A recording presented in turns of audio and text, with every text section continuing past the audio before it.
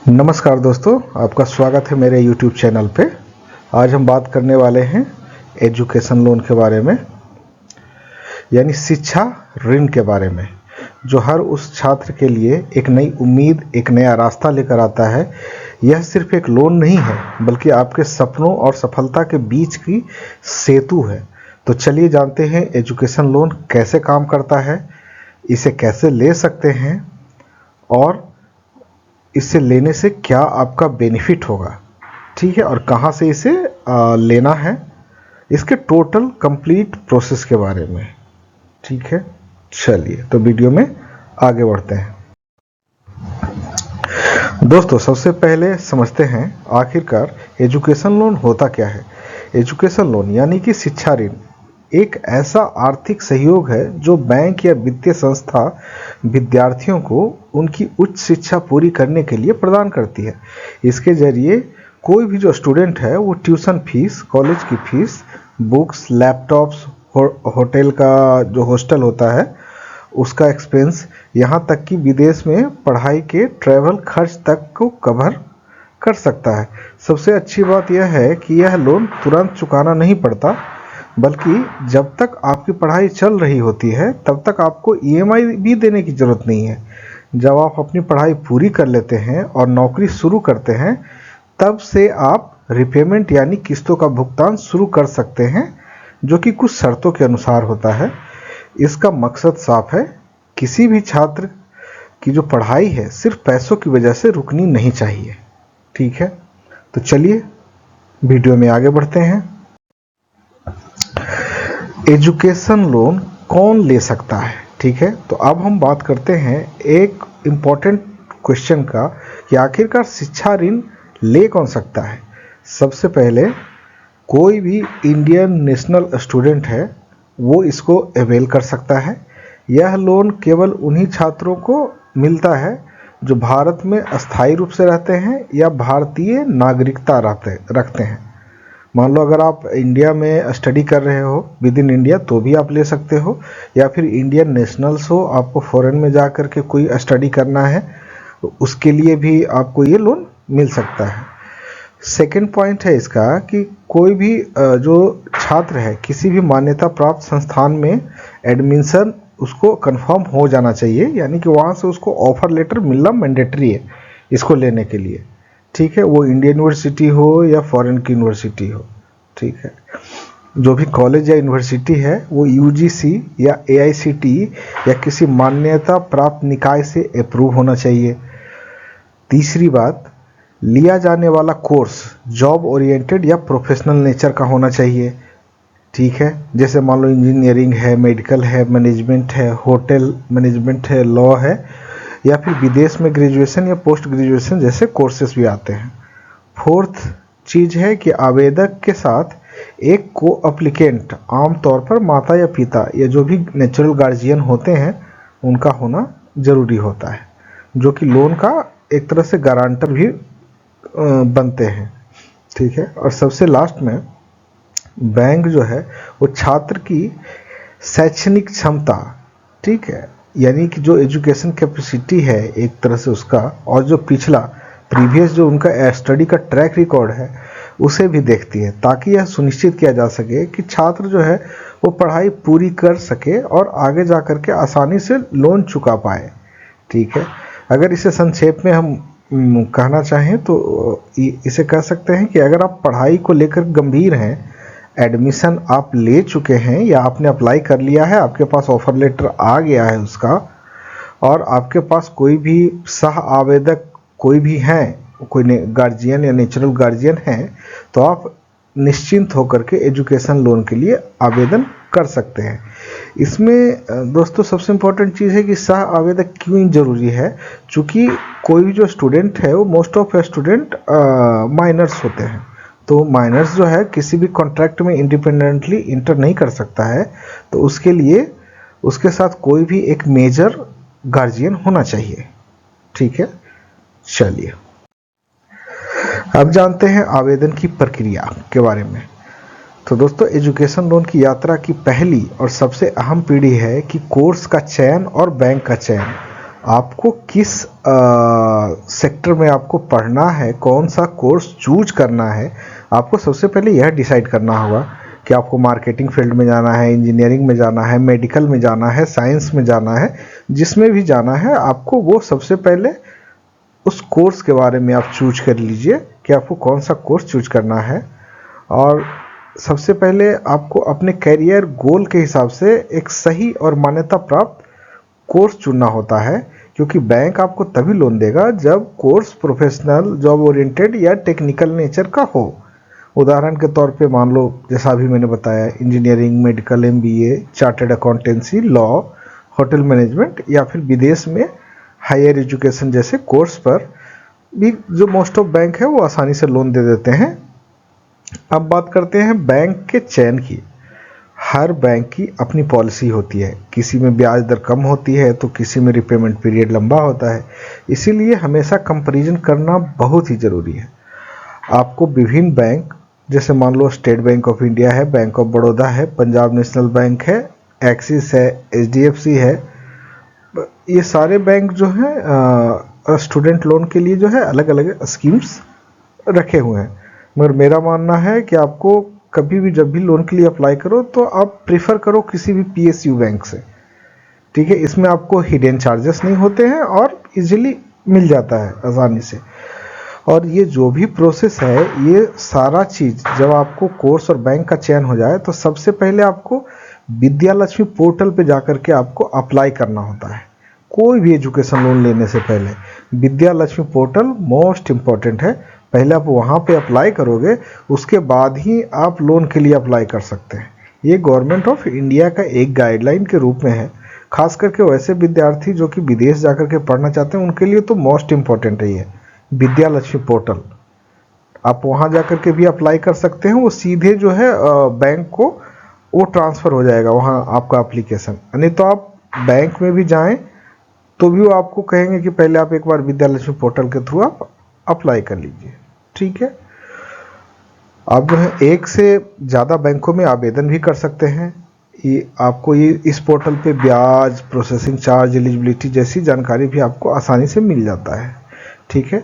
और दोस्तों इसमें एक और चीज़ ध्यान रखिए कि अभी मोस्ट ऑफ बैंक जो हैं वो आपको बिलो 12th स्टडी के लिए भी एजुकेशन लोन प्रोवाइड करते हैं। ऐसा नहीं है कि कोई वोकेशनल कोर्स है सिर्फ उसी के लिए मिलेगा, आपको बिलो 12th के लिए भी मिलता है, ठीक है।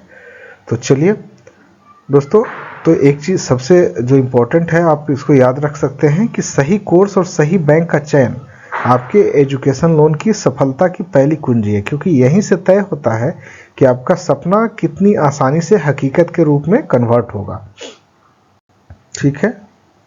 चलिए वीडियो में आगे बढ़ते हैं और अब बात करते हैं आवश्यक दस्तावेज के बारे में, ठीक है। तो जो एजुकेशन लोन है उस प्रक्रिया का जो दूसरा स्टेप है वो है इम्पोर्टेंट डॉक्यूमेंट्स रेडी करना। तो दोस्तों यह कदम उतना ही इम्पोर्टेंट है जितना आवेदन भरना है, क्योंकि सही दस्तावेज ही आपके लोन को मंजूरी तक पहुंचाता है। सबसे पहले आपको अपने एडमिशन प्रूफ की ज़रूरत होगी, यानी कि कॉलेज या यूनिवर्सिटी से मिला admission letter, offer letter, course fees का जो उसका पूरा स्ट्रक्चर होता है, फी स्ट्रक्चर, वो चाहिए होगा, प्रोस्पेक्टस चाहिए होगा। फिर दूसरा चीज़ है आपको जो भी आपका आइडेंटिटी प्रूफ है, एड्रेस प्रूफ है वो लगेगा, आपके एजुकेशनल प्रूफ हैं वो लगेगा, ठीक है। फिर आपका जो है जो भी इनकम प्रूफ है अगर पेरेंट्स का तो वो भी आपको सबमिट करना होता है। और जो पांचवा है वो है कि को एप्लीकेंट के डॉक्यूमेंट्स, यानी जो भी व्यक्ति आपके साथ लोन में ऐड हो रहा है, यानी गारंटर या को एप्लीकेंट बन रहे हैं, जनरली वो पेरेंट्स ही होते हैं, तो उनका भी आपको पान कार्ड, आधार कार्ड, लाइट बिल, इनकम, सारे चीज़ का प्रूफ आपको सबमिट करना होगा। और कुछ मामलों में मान लो कोलेट्रल सिक्योरिटी का भी पेपर आपको जमा करना होता है। जैसे मान लो आप फॉरेन स्टडी के लिए जा रहे हो तो मोस्ट ऑफ बैंक जो है 99% मान के चलो, अगर विदेश में स्टडी के लिए आपको लोन लेना है तो आपसे सिक्योरिटी के रूप में कुछ ना कुछ मांगा जाएगा, ठीक है। तो वो चीज़ आपको ध्यान में रखना है। इंडिया में हालांकि अभी बहुत सारे कोर्सेस में काफ़ी सारे बैंक जो हैं वो विदाउट सिक्योरिटी भी लोन कर रहे हैं, ठीक है। तो दोस्तों याद रखिए, सभी दस्तावेज आपको साफ और अपडेटेड और एक ही फाइल में व्यवस्थित होने चाहिए, ताकि आप कभी भी अगर उस फाइल को लेकर के आप जाओ तो कोई भी पर्सन आसानी से उसको समझ सके, देख सके। क्योंकि छोटे से डॉक्यूमेंट की कमी भी आपके जो लोन प्रोसेस का जो गति है उसको धीमा या रिजेक्ट कर सकता है। इसलिए आवेदन करने से पहले सभी दस्तावेज की एक चेकलिस्ट तैयार कर लें, ताकि जब भी आप बैंक जाएं तो आपकी पूरी फाइल एक प्रभावशाली रूप में देखने में लगे। ठीक है, अब है दोस्तों थर्ड स्टेप, लोन एप्लीकेशन भरना। तो सबसे पहले अपने चुने हुए बैंक की ऑफिशियल वेबसाइट या विद्यालक्ष्मी पोर्टल पर जाएं। वहां आपको एजुकेशन लोन एप्लीकेशन फॉर्म भरना होता है, जिसमें आपकी व्यक्तिगत जानकारी, कोर्स की डिटेल, कॉलेज का नाम और को साइनर की जानकारी भरनी होती है। सभी आवश्यक दस्तावेज स्कैन करके अपलोड करें और बैंक शाखा में जमा करें। फॉर्म जमा होने के बाद बैंक आपके जो भी रिकॉर्ड्स हैं, शैक्षणिक, कोर्स और इनको सबकी जांच करेगा वो, और जांच करने के बाद अगर सब कुछ सही रहेगा तो फिर आपका जो है सैंक्शन लेटर आपको जारी कर देता है। ठीक है, और सैंक्शन लेटर एक प्रकार का आप मान लो आपके लोन का अप्रूवल है। जो भी उसमें टर्म्स कंडीशन मेंशन होते हैं आप उसे ध्यान से देखें। अगर आप उसे फुलफिल करते हैं तो मान के चलो कि आपका लोन का 90% से ज़्यादा काम हो गया है। ठीक है, चलिए अब नेक्स्ट स्टेप की ओर चलते हैं। तो नेक्स्ट है आपको डॉक्यूमेंट्स वेरिफिकेशन का। ठीक है, आपको बैंक ने सैंक्शन मान लो जारी कर दिया, अभी उसके बाद जो है आप अपना जो भी आवेदन और सारे दस्तावेज जो आप जमा करते हैं उस सब का जो है एक विस्तृत वेरिफिकेशन किया जाता है। इस दौरान बैंक सुनिश्चित करता है कि आपके एडमिशन डिटेल्स, पहचान पत्र, आय प्रमाण पत्र और जो भी जानकारी आपने दिया है, जनरली ये जो सैंक्शन लेटर जब जारी होता है ना उसके साथ का ही ये प्रोसेस है। ठीक है, तो इसको आप अलग से ना समझे, उसी साथ का ही प्रोसेस है। आपका इंटरव्यू लेना, दस्तावेज का मान लो जांच करना, सत्यापन करना, ये सारा उसी समय का ही सब काम है। जनरली ये सारा प्रोसेस होने के बाद ही आपको बैंक सैंक्शन लेटर जारी करता है। ठीक है, जो भी आपके प्रॉपर्टी से, पेपर से रिलेटेड है वो सब चीज़ें आप उनको प्रोवाइड कराओगे तो फिर क्या है, फिर डॉक्यूमेंट्स एग्जीक्यूशन की ओर आपका काम बढ़ पाएगा। अभी जो पांचवा चरण साक्षात्कार का है, ये भी ड्यूरिंग द सैंक्शन के टाइम का भी है। जब भी मान लो एजुकेशन लोन कोई भी बैंक देती है तो वो अपने स्टूडेंट्स जो हैं, जो बोरोवर है, उनका एक इंटरव्यू के रूप में करती है कि मान लो ये इनका क्या प्रीवियस क्वालिफिकेशन रहा है, ये क्या क्वालिफिकेशन लेंगे, और अगर ये जो भी क्वालिफिकेशन लेंगे क्या उससे कोई अर्निंग होगी, और अगर होगी तो इतनी अर्निंग होगी कि जिससे ये लोन को भर सकते हैं।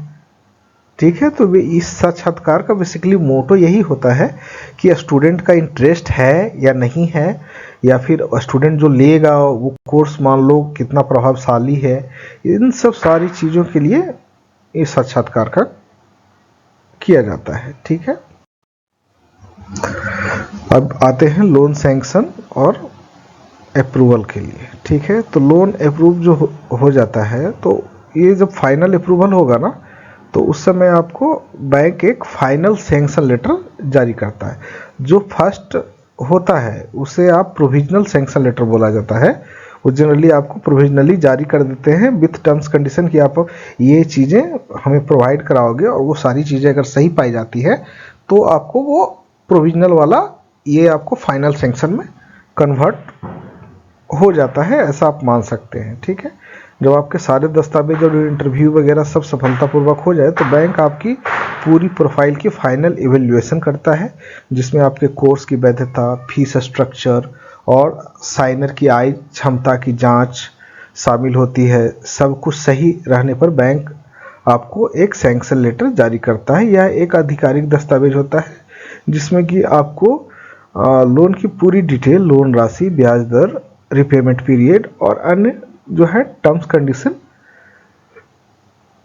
वो इसमें रहते हैं। यह लेटर कॉलेज या यूनिवर्सिटी को भी भेजा जा सकता है ताकि वे यह सुनिश्चित कर सके कि आपकी फीस बैंक द्वारा कवर की जा रही है। इस चरण के साथ ही आपका मान के चलो जो एजुकेशन लोन का जो वर्क है वो ऑलमोस्ट कंप्लीट माना जाता है। ठीक है, नेक्स्ट है आपको डिसबर्समेंट।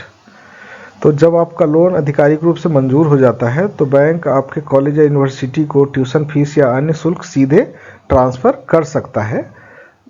दोस्तों इसमें एक चीज़ ध्यान रखने का है कि जब आपका लोन सैंक्शन मान लो हो गया तो सैंक्शन लेटर जब जारी करेगा तो उस समय आपको डॉक्यूमेंटेशन वगैरह भी सब हो जाता है और उसके बाद खाता खुलता है। खाता खुलने के बाद आपका लोन का डिसबर्समेंट होगा और जो डिसबर्समेंट अमाउंट है वो जनरली बैंक सीधे कॉलेज या यूनिवर्सिटी को उनके डिमांड लेटर के अनुसार जो भी वो आपका फी स्ट्रक्चर होगा कि हाँ भाई फर्स्ट सेमेस्टर में इतना फीस पेमेंट करना है तो वो सीधे उनको पे कर देंगे। अगर आपने मान लो लैपटॉप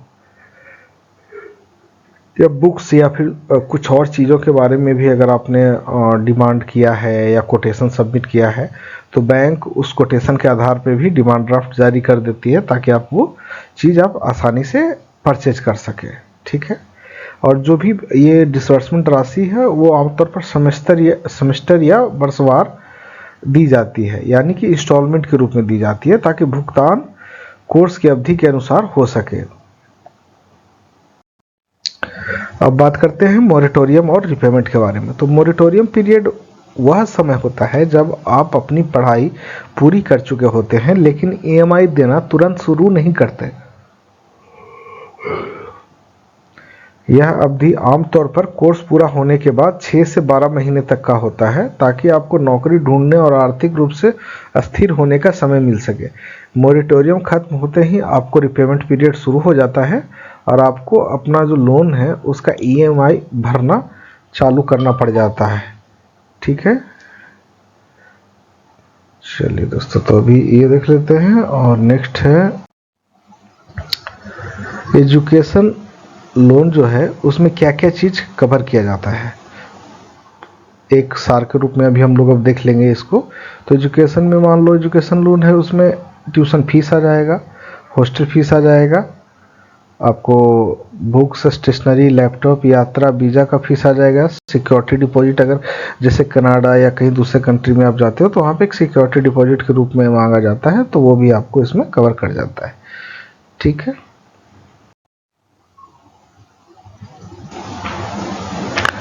अब हम देखते हैं इसमें एक अनुमानित ब्याज दर के बारे में। तो जैसा कि आप चार्ट में देख रहे हो कि स्टेट बैंक ऑफ इंडिया है, पीएनबी बैंक ऑफ बड़ौदा है, एक्सिस है, एचडीएफसी है और केनरा है। बट ये जो है एक अनुमानित है दोस्तों। अगर आप इसको सही मायने में देखोगे वेबसाइट पे जा करके, ऑफिशियल वेबसाइट पे जा करके आप चेक कीजिए और आपको सबसे लोएस्ट जो है वो आपको बैंक ऑफ बड़ौदा का ही आपको उसमें मिल पाएगा। ठीक है, बैंक ऑफ बड़ौदा और केनरा बैंक का, इन दो बैंक का, स्टेट बैंक से भी लोएस्ट है। अभी इसमें कुछ गवर्नमेंट की अगर योजनाएं हैं तो उसके विषय में भी देखिए, आपको इसमें जानकारी है कि अगर मान लो क्या क्या योजनाएं हैं जो सरकार की। तो सबसे पहला चीज़ है कि लोन लेने के लिए आपको विद्या लक्ष्मी पोर्टल के थ्रू लोन को रूट करना है कोई भी बेनिफिट लेने के लिए, या अगर फॉरेन में जा रहे हैं तो वो मैंडेटरी है आपको।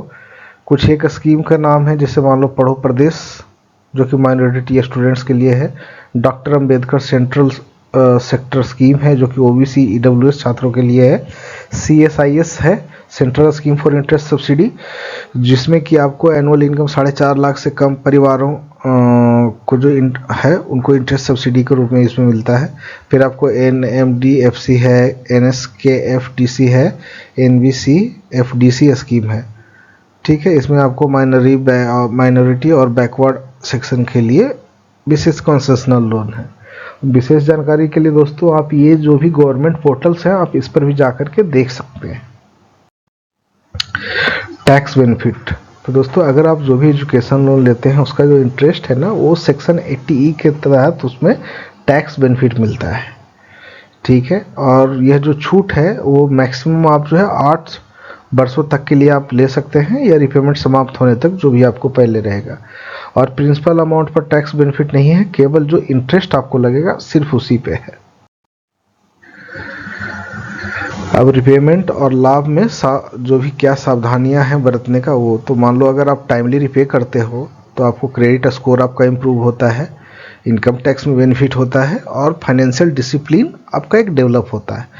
क्या क्या हमें उसमें सावधानियां बरतनी चाहिए। तो मोरेटोरियम के दौरान ब्याज जमा होता रहता है, इसलिए कोशिश करें कि कुछ कुछ जो अमाउंट है आप उसमें जमा करते रहें, ताकि आपका जो ब्याज है वो एक्रूड ज़्यादा ना हो जाए। लोन डिफ़ॉल्ट करने से सिविल खराब होने का खतरा होता है, तो कोशिश करें कि आप जो भी लोन ले रहे हैं उसे समय पे आप उसे चुका दें। रिपेमेंट डिले करने से आप पे को पेनाल्टी भी लग सकती है, और दोस्तों रिपेमेंट डिले होगा तो सिविल खराब भी होगा और पेनाल्टी भी लगेगा, तो ये दोनों चीज़ें हैं। तो इन चीज़ों का आप ध्यान रखेंगे तो आपको मतलब भविष्य में आपको फ़ायदा ही होगा।